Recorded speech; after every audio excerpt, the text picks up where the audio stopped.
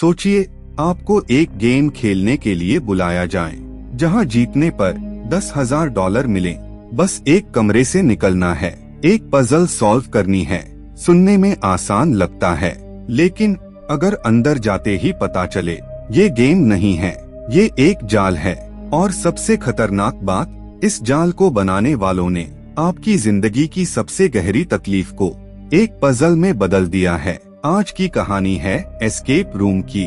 6 लोग, 6 सर्वाइवर्स जो पहले भी मौत से बच चुके हैं, लेकिन अब कोई उन्हें फिर उसी कगार पर खड़ा करने वाला है। फिल्म की शुरुआत होती है एक बंद कमरे से, जहां एक आदमी घबराया हुआ, पसीने से भीगा हुआ, और दीवारें धीरे धीरे उसकी तरफ बढ़ रही हैं। वो हर तरफ नजरें दौड़ाता है, कोई सुराग, कोई चाबी, कुछ तो होगा। एक पहेली मिलती है, follow the light to greener pastures. वो एक हरी किताब उठाता है। दूसरी पहेली घड़ी की सुइयों की तरफ इशारा करती है। नंबर निकलते हैं 4, 8, 6, 2।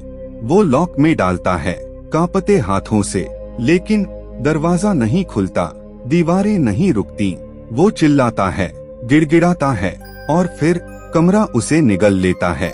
यह सीन यहीं कट हो जाता है और हम समझ भी नहीं पाते ये कौन था, ये कहाँ था, ये क्यों हुआ।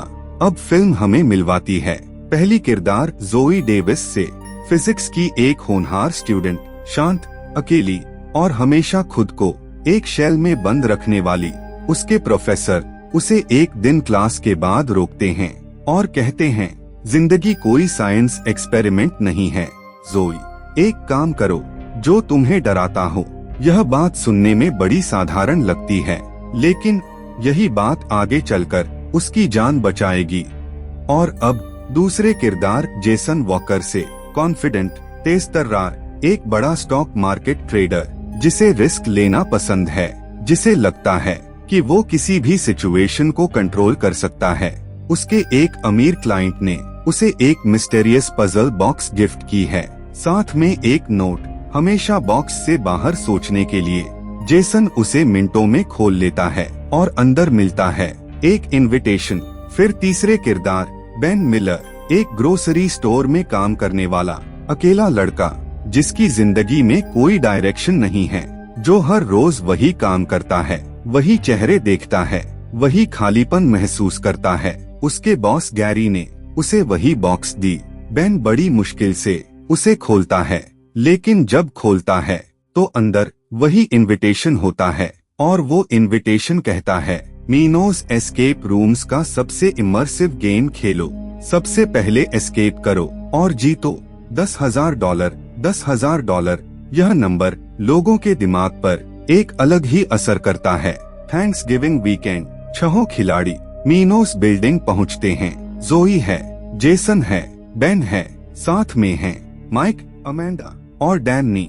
माइक एक दिल का अच्छा ट्रक ड्राइवर, जो इस बात से डरा हुआ है कि सेल्फ ड्राइविंग गाड़ियां आ जाएंगी और उसकी नौकरी चली जाएगी, इसलिए वो यह $10,000 जीतना चाहता है। अमेंडा एक मिलिट्री वेटरन, सख्त, गुमसुम, शरीर पर निशान हैं, जिनके बारे में वो कुछ नहीं बताती। सांस लेने में उसे तकलीफ होती है। इराक में कुछ बुरा हुआ था उसके साथ, क्या हुआ था यह हमें थोड़ी देर में पता चलेगा। डैनी एस्केप रूम्स का पक्का दीवाना, 93 रूम्स खेल चुका है और इस गेम के लिए सबसे ज्यादा एक्साइटेड है। सब एक वेटिंग रूम में बैठे हैं, थोड़ी ऑकवर्ड बातें हो रही हैं। रिसेप्शनिस्ट हर बार एक ही चीज एक ही लहजे में बोलती है, जैसे कोई रिकॉर्ड बज रही हो। तभी बेन उठता है बाहर जाने के लिए, दरवाजे का हैंडल पकड़ता है और हैंडल उखड़कर उसके हाथ में आ जाता है। एक पल की चुप्पी। डैनी मुस्कुराता है और बोलता है, यार मुझे लगता है यही एस्केप रूम है। और बस खेल शुरू हो जाता है। कमरा कुछ ही देर में तपने लगता है। दीवारों में लगे कॉल्स नारंगी रंग में दहकने लगते हैं। गर्म हवा के झोंके हर तरफ से आने लगते हैं। तापमान बढ़ता है और बढ़ता जाता है। डैनी पजल्स सुलझाने में लीड लेता है। जेसन हर चीज को कंट्रोल करने की कोशिश में एग्रेसिव हो जाता है। माइक शांत रहने की कोशिश करता है, लेकिन अमेंडा की हालत बिगड़ने लगती है। इराक वॉर की वजह से उसके फेफड़े कमजोर हो चुके हैं और यह जानलेवा गर्मी उसे तोड़ रही है। जोई को किताब के अंदर एक चाबी मिलती है। वो एक पार्टीशन खोलती है, अगला सुराग मिलता है और फिर पता चलता है बाहर निकलने के लिए सीलिंग का एक डक्ट खुलवाना होगा और उसके लिए फ्लोर के प्रेशर पैड्स पर एक साथ वजन रखना होगा। पानी के गिलास एक एक पैड पर, लेकिन आखिरी पैड के लिए पानी खत्म हो जाता है और यहाँ पता चलता है जो वाटर कूलर था वो असल में एक क्लू था। अमेंडा उसका पानी पी चुकी थी। सब एक दूसरे को देखते हैं, क्या करें? तभी माइक चुपचाप अपनी जेब से एक फ्लास्क निकालता है। विस्की से भरी हुई, पूरे टाइम से छुपाए बैठा था। उसी से आखिरी पैड एक्टिवेट होता है, डक्ट खुलता है, एक एक करके सब ऊपर चढ़ते हैं और जैसे ही आखिरी इंसान निकलता है, नीचे का पूरा कमरा एक जबरदस्त धमाके के साथ आग में जल उठता है। 6 लोग पहले कमरे से जिंदा निकल आए। सांसें थम गई थीं, दिल अभी भी तेज धड़क रहा था। उन्हें लगा सबसे मुश्किल हिस्सा खत्म हो गया, लेकिन असली खेल तो अभी शुरू हुआ है। अब अगला कमरा सामने था और यह कमरा पिछले से भी ज्यादा खतरनाक था, क्योंकि इस बार आग नहीं, इस बार है बर्फ। कमरे में कदम रखते ही एक ठंडी लहर पूरे बदन को छू जाती है। यह कोई नॉर्मल ठंड नहीं है। तापमान गिर रहा होता है तेजी से 30 डिग्री और नीचे चारों तरफ बर्फ, पेड़ और एक जमा हुई झील। डैनी की आंखें चमक उठती हैं। यह तो बिल्कुल बाहर जैसा लगता है, लेकिन जेसन तुरंत समझ जाता है यह इल्यूजन नहीं है, यह रियल है और अगर हम यहाँ रुके तो जम जाएंगे। तभी एक कोट मिलती है, सिर्फ एक, 6 लोगों के लिए। माइक तुरंत बोलता है, इसे शेयर करेंगे एक एक करके, कोई लड़ाई नहीं। जोई पहले लेती है। कमरे में एक बड़ा सुराग मिलता है। दीवार पर लिखा है, ट्रू नॉर्थ इज अ लाई। इसका मतलब क्या है कोई नहीं समझ पाता और तभी नजर पड़ती है बर्फ के बीच में एक बड़ा सा गड्ढा है, एक जमी हुई झील का गड्ढा। माइक एक पेड़ पर चढ़ता है, ऊपर से उसे एक फिशिंग रॉड मिलती है। डैनी कहता है, शायद कोई चाबी नीचे हो, गड्ढे में डालो इसे। जोई को एक मैग्नेट मिलती है, वो उसे रॉड में लगाती है और गड्ढे में डालती है। सब इंतजार करते हैं, ठंड में कांपते हुए। तभी रॉड में कुछ फंसता है। जोई खींचती है, भारी है, बहुत भारी, लेकिन आखिरकार ऊपर आता है एक बर्फ का टुकड़ा और उसके बीचों बीच एक चाबी। सब राहत की सांस लेते हैं, लेकिन यह राहत बस कुछ ही पलों की थी। बेन के पास लाइटर था, वो बर्फ पिघलाने के लिए उसे डैनी की तरफ उछालता है। डैनी उसे पकड़ता है, लेकिन उसी पल बर्फ की सतह पर एक दरार आती है, एक तेज आवाज, और डैनी बर्फ तोड़ता हुआ ठंडे पानी में गिर जाता है। सब चिल्लाते हैं, डैनी। माइक कूदने के लिए आगे बढ़ता है, लेकिन अमेंडा रोकती है, नहीं, नीचे करंट है, तुम भी नहीं बचोगे। सब किनारे पर घुटनों के बल बैठ जाते हैं, पानी में झांकते हैं, लेकिन डैनी कहीं नहीं दिखता। कुछ देर बाद बर्फ के नीचे से एक हाथ उठता है और फिर गायब हो जाता है। डैनी चला गया था। पहली मौत। कमरे में एक भारी चुप्पी छा जाती है।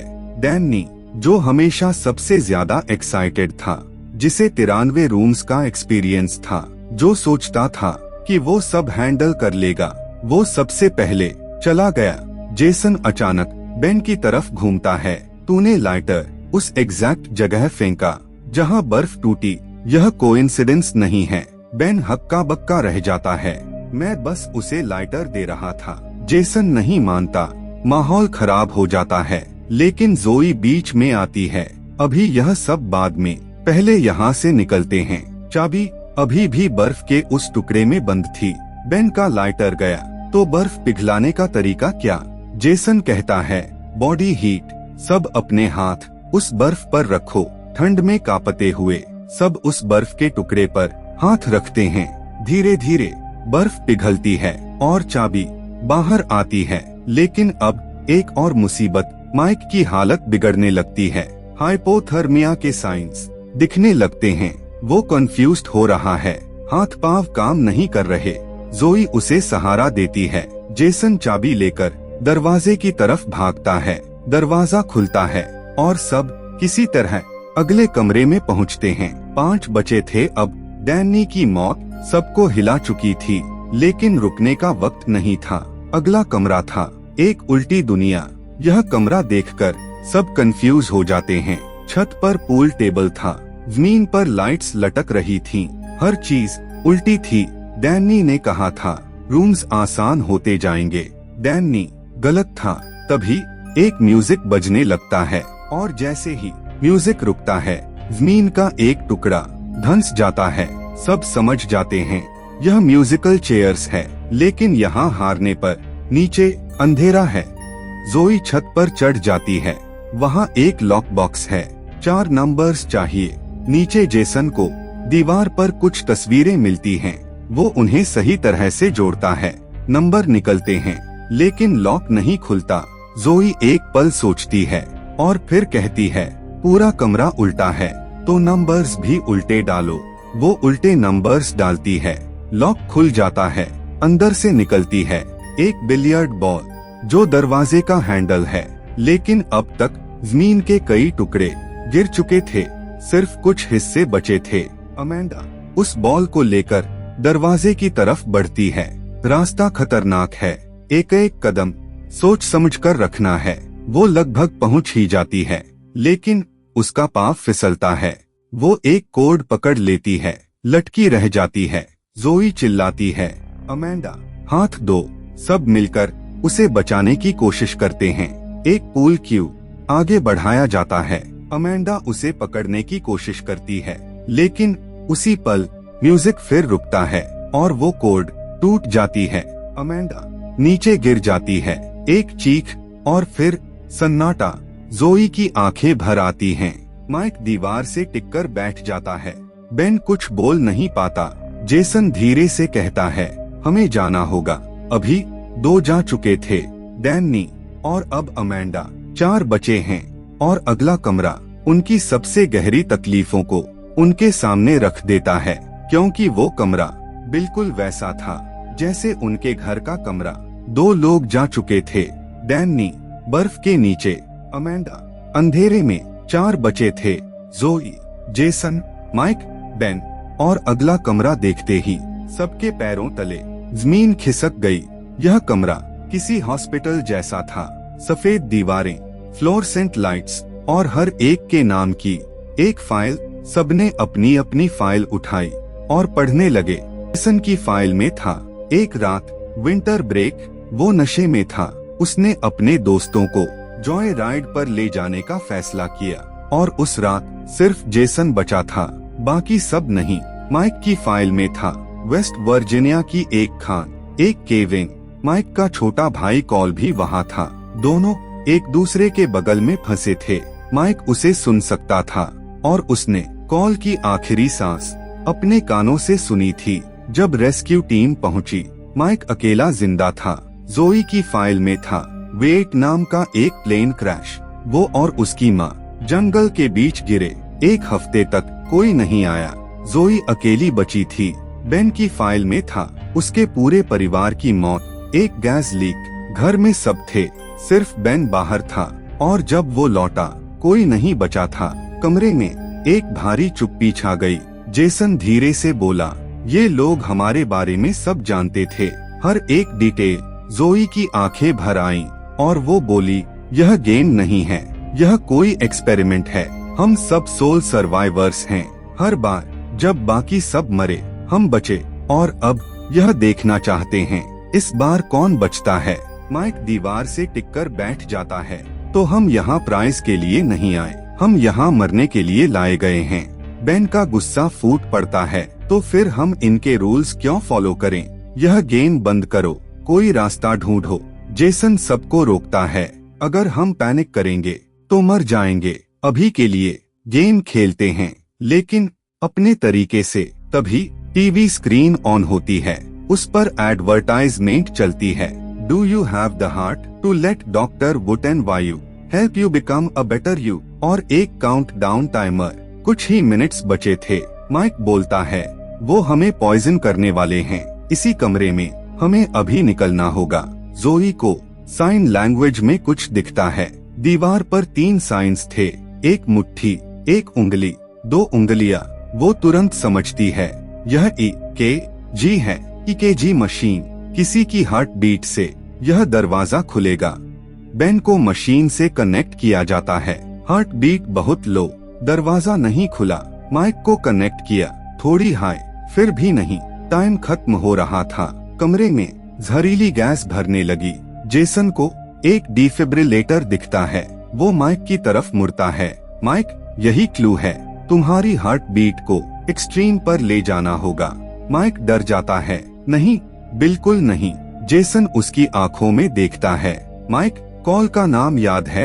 यह तुम्हारा वक्त है। माइक की आंखें भर आती हैं। वो हाँ कर देता है। जेसन डिफिब्रिलेटर उठाता है, माइक पर लगाता है। एक तेज झटका, माइक चीखता है। हार्ट बीट स्पाइक होती है, लेकिन दरवाजा नहीं खुलता। जेसन पावर बढ़ाता है। बेन चिल्लाता है, जेसन रुको, यह बहुत ज्यादा है। लेकिन जेसन नहीं रुकता। दूसरा झटका, माइक का शरीर उछलता है और फिर गिर जाता है। हार्ट बीट मॉनिटर फ्लैट हो जाता है। माइक चला गया था। बेन जेसन पर टूट पड़ता है, तूने उसे मार दिया। जेसन चिल्लाता है, मैंने हम सबको बचाने की कोशिश की। उधर जोई, जो कैमरास तोड़ रही थी, मशीन खुद पर लगाती है, लेकिन इस बार वो हार्ट बीट को एक्सट्रीम लो पर ले जाती है। क्वांटम जेनो इफेक्ट, उसके प्रोफेसर की बात उसे याद आती है। Observation stops movement.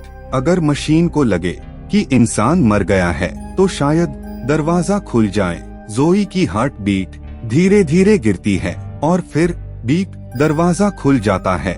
जेसन और बेन बाहर निकलते हैं और चिल्लाते हैं, जोई चलो। लेकिन जोई अंदर ही रह जाती है। बेन वापस जाना चाहता है, लेकिन दरवाजा बंद हो जाता है। 3 जा चुके थे, डैनी, अमेंडा, माइक और जोई अंदर थी। गैस में अकेली सिर्फ 2 बचे थे, जेसन और बेन। अगला कमरा ब्लैक एंड व्हाइट, धुंधला, झरीला। जेसन हैच खोलता है, लेकिन हैंडल पर केमिकल था। दोनों के हाथों पर लग जाता है और हैल्यूसिनेशंस शुरू हो जाते हैं। बेन को एक वायल मिलती है, लेकिन जेसन उसे देख लेता है और वही जेसन जो टीम की बात करता था, वो वायल छीन लेता है और खुद पी जाता है। फिर कहता है, surviving is a choice Ben, make yours, और चला जाता है। बेन अकेला जमीन पर पड़ा था। तभी एक आवाज आती है, बेन। बेन आंखें खोलता है। सामने जोई होती है, जिंदा। जोई गैस अटैक से बच गई थी। उसने ऑक्सीजन मास्क ढूंढ लिया था। क्लीनर्स आए तो उनकी गन लेकर बाहर निकल आई। वो बेन से कहती है, उठो, अभी नहीं रुकना है। दोनों आखिरी कमरे की तरफ बढ़ते हैं और वही कमरा जो फिल्म की शुरुआत में देखा था। सिक्योरिटी दीवारें, वही लॉक, वही पजल, और इस बार जेसन पहले से वहाँ था। बेन कहता है, माइक को तूने मारा, एंटीडोट तूने छीना। जेसन जवाब देता है, सर्वाइविंग इज अ चॉइस, मैंने अपना चॉइस किया। यह सुनकर बेन जेसन पर झपट पड़ता है। दोनों में हाथापाई शुरू हो जाती है। दीवारें करीब आ रही हैं, वक्त खत्म हो रहा है। जोई चिल्लाती है, बंद करो, अगर अभी लॉक नहीं खुला तो हम तीनों यहीं मर जाएंगे। जोई घड़ी को देखती है, उसे याद आता है 4, 8, 6, 2, लेकिन ऑर्डर गलत था। वो घड़ी की सुइयां देखती है, सही सीक्वेंस समझती है और लॉक में डालती है। क्लिक, दरवाजा खुल जाता है। तीनों बाहर निकलते हैं, लेकिन यह असली बाहर नहीं था। एक बड़ा रूम, बीच में एक आदमी आराम कुर्सी पर बैठा चाय पी रहा था, जैसे कोई शो देख रहा हो। वो मुस्कुराता है, कॉन्ग्रेचुलेशंस, मेरा पैसा जेसन पर लगा था, लेकिन लॉन्ग शॉट जीत गया। बेन पूछता है, तू वही साइको है? वो कहता है, नहीं, मैं गेम्स मास्टर हूँ, पजल मेकर रूम्स बनाता है, मैं सिर्फ गेम चलाता हूँ। वो बताता है, यह एक स्पोर्ट है, दुनिया के पावरफुल लोगों के लिए। इस साल सोल सर्वाइवर्स चुने गए थे, क्योंकि वो जानना चाहते थे क्या लक सच में होती है या सिर्फ इत्तेफाक? बेन का खून खौल उठता है। जेसन गेम्स मास्टर पर हमला करता है। फाइट शुरू होती है। तभी जोई गन निकालती है। गेम्स मास्टर हंसता है। तुम गन चला नहीं सकती। लेकिन जोई ट्रिगर दबाती है। गोली लगती है। गेम्स मास्टर गिरता है। जेसन उसके सिर पर वार करता है और गेम्स मास्टर खत्म। बेन और जोई बिल्डिंग से बाहर निकलते हैं। पुलिस को सब बताते हैं, लेकिन जब पुलिस अंदर जाती है वहाँ कुछ नहीं होता। पुलिस को लगता है दोनों हैल्यूसिनेशन में थे, लेकिन तभी जोई इनविटेशन देखती है। डॉक्टर वुटेन वायु वो लेटर्स रीअरेंज करती है और बनता है नो वे आउट, यानी शुरू से मैसेज था, कोई रास्ता नहीं। कुछ महीने बाद जोई बदल चुकी थी। अब वो डरती नहीं थी, लेकिन वो रुकी नहीं। लोगों में बने नंबर्स 23-22 उसे कोऑर्डिनेट्स लगते हैं। मैप पर लोकेशन मिलती है मैनहट्टन, एक अनलिस्टेड इंडस्ट्रियल बिल्डिंग। जोई बेन के पास जाती है, प्लेन टिकट्स रखती है। मैं अब भागती नहीं।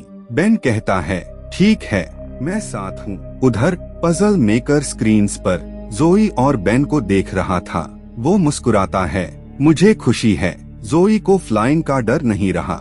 जोई और बेन प्लेन में बैठते हैं नए गेम की तरफ। इस बार सर्वाइवल प्रोबेबिलिटी सिर्फ 4% और फिल्म यहीं खत्म होती है। आशा है एक्सप्लेनेशन आपको पसंद आई होगी। प्लीज वीडियो को लाइक करना मत भूलिएगा और थ्रिल ट्यूब सिनेमा को सब्सक्राइब करके सपोर्ट करते रहिए। मिलते हैं अगले वीडियो में, तब तक के लिए शुक्रिया।